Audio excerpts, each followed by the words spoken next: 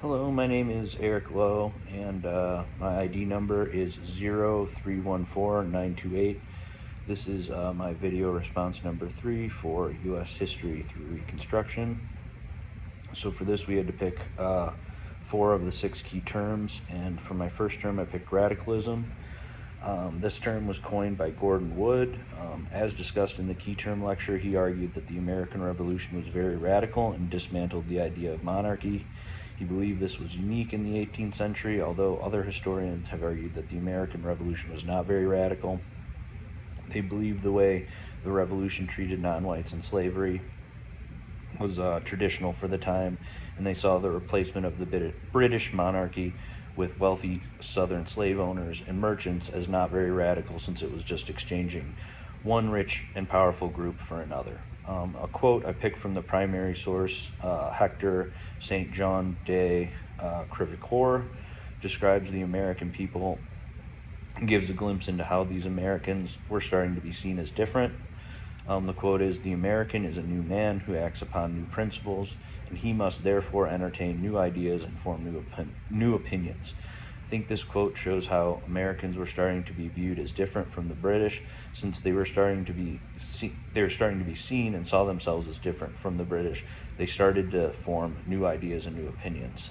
These new ideas of liberty were different for their time, although they did not yet think the idea of this liberty extended to everyone. They saw the right of liberty as being something that really only applied to rich white men. Though these ideas may have been radical for the time, how far these ideas extended was still pretty much on par. In America, Yap, the textbook, the quote I picked for this key term was, "The first decades of the new American Republic coincided with a radical shift in the understandings of race." I think this shows the conflicts in ideas of the American Revolution and race, though these sorts of racial ideas of common humanity, the possibility of societal progress, and the remaking of oneself and the importance of one's social and ecological environments only extended so far in terms of race. Some began to look for differences between race to justify why these ideas did not extend to slaves or African Americans and even women.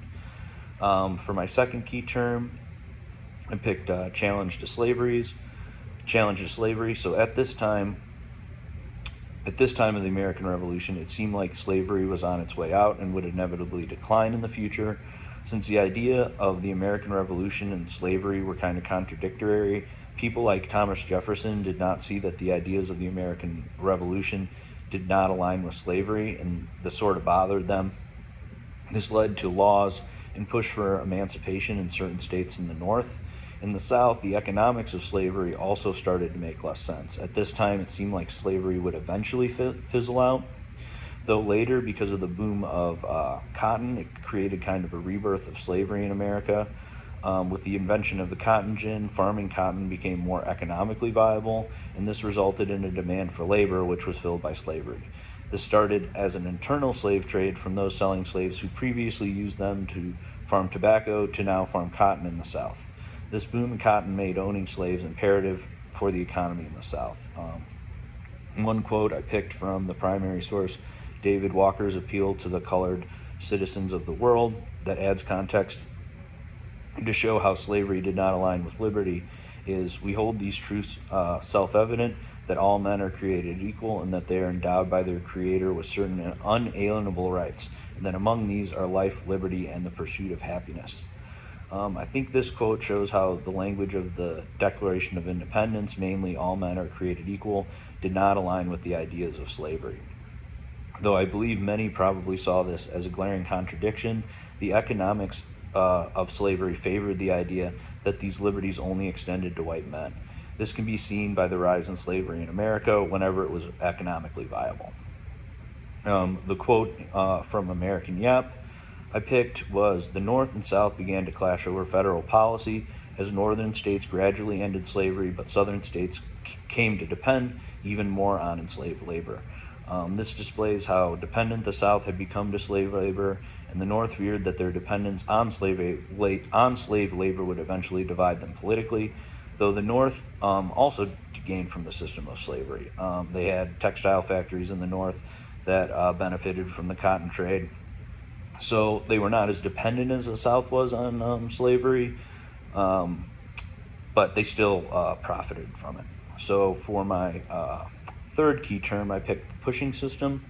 The pushing system shows how brutal slavery was and highlights a connection between economics and slavery.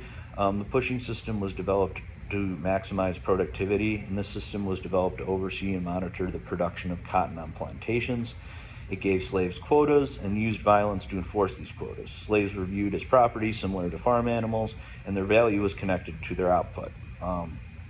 In the primary source, Harriet Jacobs on Rape and Slavery, the quote, "They regard such children as property, as marketable as pigs on the plantation, and it is seldom that they do not make them aware of this by passing them into slave traders' hands as soon as possible and thus getting them out of their sight." Refers how even the children. This quote refers to how even the children of enslavers, whose mothers were slaves, were still viewed as more of an economic unit rather than like their own child. Many slavers would rape their slaves and have children with them, and even though the child's father was an enslaver, they would still sell them as if they were a farm animal. I think this quote just shows how slaves were viewed on southern plantations. In the American Yep, the quote I picked was, "In this way, while most northern U.S. cities developed as centers of manufacturing, creating public spaces to boost the morale of wage laborers, American southern cities adapted the Industrial Revolution to cotton and slavery." I think this quote shows how the southern economy was mainly centered around cotton, and as a result, slavery. Cotton farming required free labor since it was so laborious for it to be economically viable. Cotton plantations, to keep up with the demand, developed systems like the pushing system to maximize output. They used violence and fear to ensure these quotas were met, and the demand for cotton was also met. For my third key term, I picked Indian removal. Indian removal was a movement to remove all sovereign indigenous people east of the Mississippi River. Though there was a racial aspect, there was also a huge demand for the land and for slavery, for the expansion of slavery. This was a major part of Andrew Jackson's rise to power. He believed it was impossible for Native Americans to assimilate to American society, and he wanted to take this land and give it to his white voting base. He passed the Indian Removal Act, which also allowed federal funds to be used to remove the Native Americans. Eventually, this led to the Trail of Tears, which made the American Army march Native Americans from their native land. The quote from the primary source, Cherokee petition protesting removal, says, "The Cherokee were happy and prosperous under a scrupulous observance of treaty stipulations by the government of the United States, and from fostering hand extended over them, they were made rapid advances in civilization, morals, and in arts and the sciences." This quote shows how Native Americans saw assimilation as a better alternative from being forced from their land. Though this did not give the Native Americans assimilating, did not give Americans what they wanted, which was basically the land and the ability to expand slavery. The whole purpose of Indian removal for the Americans was mainly the expansion of slavery and farmland, which benefited white men. In American Yep, the quote that stood out to me was, "Indeed, Jackson in part won the Southern vote because his supporters understood that he would expel Native American peoples from the desirable lands east of the Mississippi. I think this highlights that Jackson's rise to power was in part because he appealed to the interest of white slave owners. White slave owners wanted to expand and saw Jackson as a tool to do so. The land east of the Mississippi River was desirable for farming and the expansion of slavery, which benefited mostly his voting base, which was wealthy white slave owners in the South." So for something I would like to learn more about radicalism, I guess I would just like to look at, other things that were happening around the world to really compare how radical the American Revolution was to other ideas that were being preached in the world. For challenges to slavery, I guess I would just like to research, like the decline of slavery leading up to the cotton boom, and to really see if it weren't for cotton, if we really would have gotten rid of slavery sooner than, the Civil War.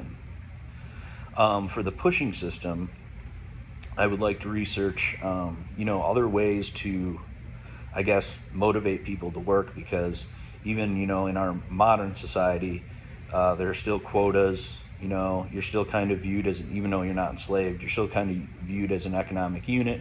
And if you can't meet production, you're usually let go, which I know is a better alternative to violence and torture, obviously.